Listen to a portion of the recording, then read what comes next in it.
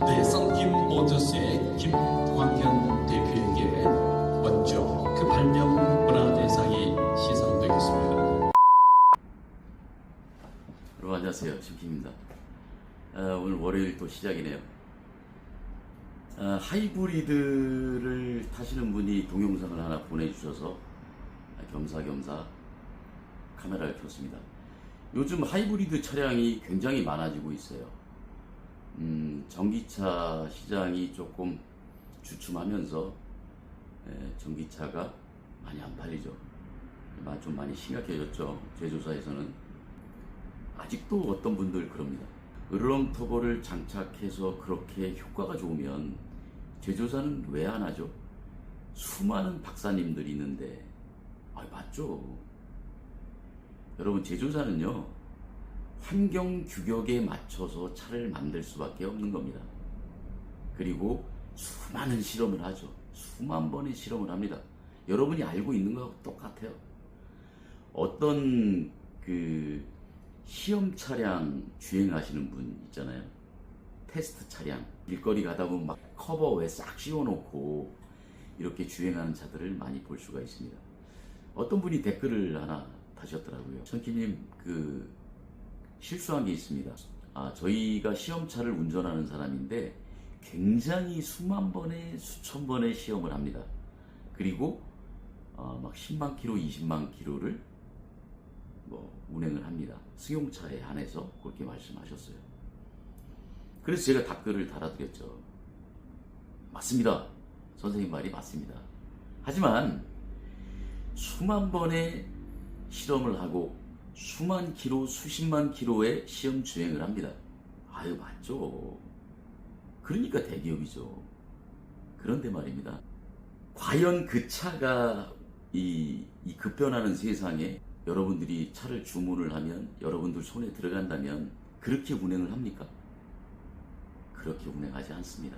자동차의 제조사의 매뉴얼에 보면 지금 국토부 법에 의하면 수만 킬로, 수십만 킬로를 타야 인증이 나오거든요. 그 킬로수를 채워야 거기에 대한 인증이 나옵니다.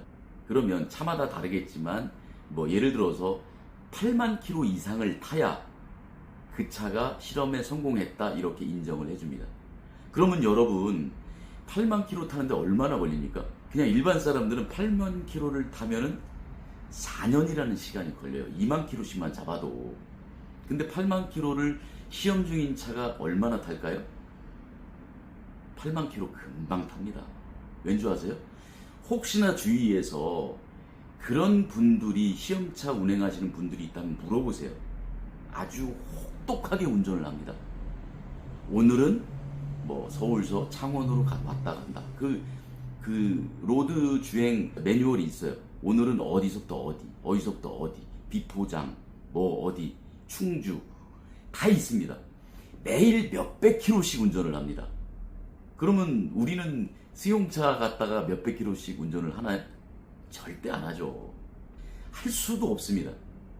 그런 차들이 환경에 적합하게 규격에 맞춰서 제조사가 만든 차들이 그렇게 주행을 하고 여러분들은 그렇게 주행을 못하죠. 그래서 지금 급변하는 세상에서 시내 주행도 많고 1년에 타봐야 5,000km도 못 타시는 분들이 있어요. 차는 매일 타는데 왜? 집 앞에 4, 5km만 왔다 갔다 하거든요. 그런 분들도 많아요. 그러면 차가 데미지가 있겠죠. 노폐물이 쌓이고, 그러면 노폐물이 쌓이니까 차가 열이 받고, 열이 받으면 연비가 떨어지고, 연비가 떨어지면 고장 빈도수가 늘어나고, 그겁니다. 으르렁터보는 구간 장착해서 열을 빼주는 역할을 합니다.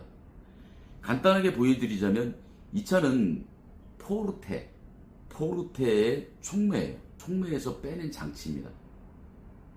자, 보시면 되게 얇죠. 두께가 이거밖에 안 돼요.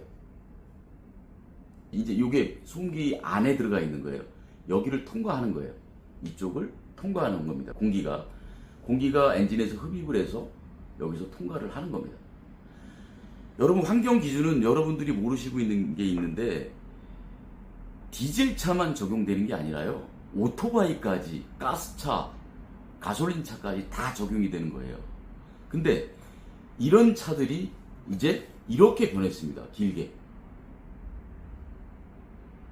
이렇게 길게 변했어요. 길이가 차이가 나죠. 지금 차들 다 2배로 변했습니다. 가솔린 차도 마찬가지예요.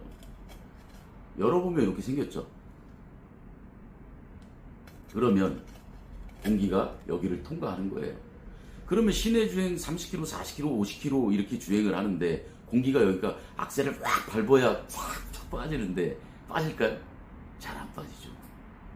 저희 으르렁 터보는 그런 기술이에요. 1차적으로 먹은 만큼 빼준다. 그 다음에 10배 주는 걸 도움을 준다. 그 역할이죠. 그랜저 하이브리드 차량 연비가 15km밖에 안 나왔었대요. 예, 근데 으르렁터보 장착하고 굼 뜨고 뒷땡김 있고 그리고 울컥울컥하고 뭐 출발할 때 무겁고 이런 건 기본적으로 싹 해결이 됐고요. 연비가 19km 이상 상승이 됐답니다. 시내 주행을 다 운전했는데도 제가 요즘 이제 하이브리드에 좀 더 신경을 많이 쓰는데요. 왜냐면 엔진이 시동이 걸렸다 꺼졌다 하잖아요. 지가 악셀을 밟아야 시동이 걸리고 놓으면 꺼지잖아요. 엔진이 작동이 안 되잖아요. 그래서 요즘 하이브리드는 또 전기 계열이라고 해도 저희는 암전류하고 노이즈만 잡아주는 계열이에요. 제가 말씀드리고 싶은 거는 와류기 하나 갖다가 그렇게 성능이 나온다고 그런 말이 아니에요. 그런 시대는 끝났어요. 저희는 제가 다 말씀드리진 않지만 장착을 여러 가지 장착을 합니다. 최소 6가지에서 7가지가 장착이 됩니다. 최소 차 한 대당. 경차가 5가지가 장착이 됩니다. 그래서 그 정도의 주행 출력과 주행 연비가 나와주는 거예요. 제가 새 차는 조금 더 타보시고 장착하세요. 그런 이유는 새 차를 사셨다가 누가 물어보잖아요. 예를 들어서 야, 너 그거 으르렁터보 장착했다며 어때? 아, 나는 새 차에 장착해서 모르겠어. 저는 그런 소리 듣기 싫어요. 그래서 피드백을 확실히 알고 싶다면 중고차가 된 후에 와보세요. 저희는 중고차를 새 차로 복원시키는 기술이니까요. 새 차 그 박사님이 만들었던 거, 그 수많은, 여기 남양연구소만 해도 박사님들이 어마어마하시죠. 대단한 분들이시죠. 많이 공부하시고 공학 박사한 분들 많으시죠. 저는 그런 분들 굉장히 존경합니다. 하지만 환경이 1번입니다. 환경 규격에 맞춰서 제조사는 차를 만든다. 여러분 조건대로 차를 운행하지 않는다. 8만 킬로 조건은 순식간에 해치운다. 여러분들 8만 킬로 타려면 4년 이상 걸립니다. 기본적으로 1년에 2만을 타더라도. 지금은 이제 1년에 2만 타시는 분들도 많지 않아요. 15,000, 10,000 그렇게밖에 안 타세요. 차가 너무 많아지고 출퇴근 교통이 좋아지다 보니까 차라리 버스가 빠르지 그런 상황입니다. 그래서 제가 하이브리드를 요즘에 계속 소개합니다.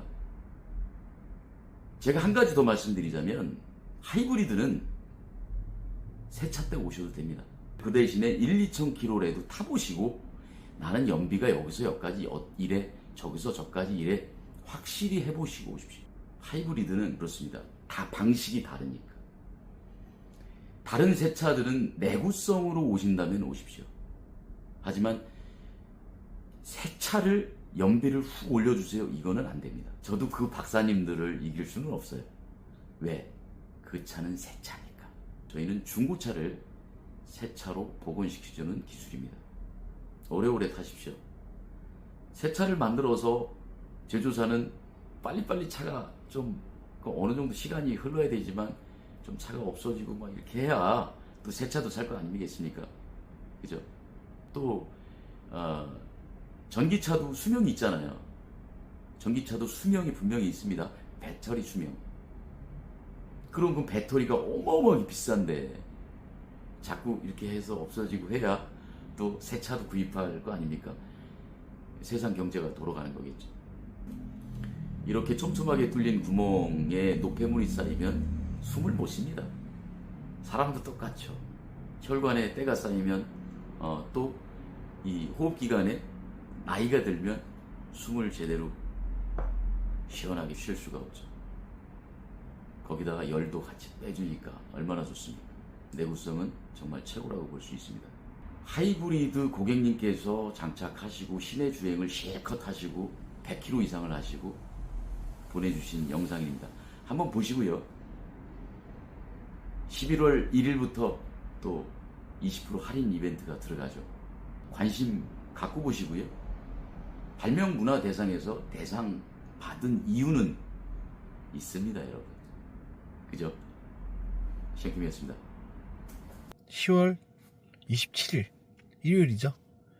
네, 오늘 제가 이제 일이 있어갖고 인천 간석에서 시흥시 찍고 신림동 찍고 성북구 기름역 쪽 찍고 그리고 다시 시흥시로 온 주행 기록이고요. 100km 좀 더 탔네요. 그리고 4시간을 탔어요. 그리고 연비는 19.7.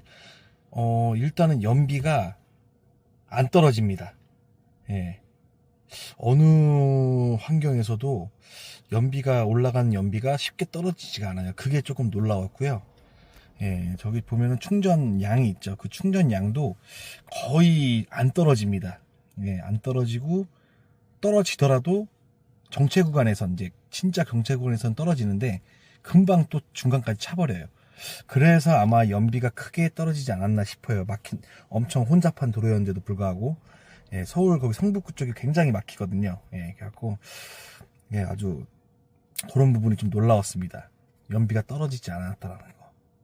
아마 의령 터보 달기 전에는 아마 이렇게 주행을 했으면 분명히 15, 많이 나와야 15, 16 정도 찍혔을 것 같아요. 15, 16. 그러니까 연비가 3에서 4 정도 올라갔으니까 20% 이상 올라간 겁니다. 지금 현재로서는요. 그리고 지금이 이제 며칠 됐는데 이렇게 기록을 한번 계속 해보겠습니다.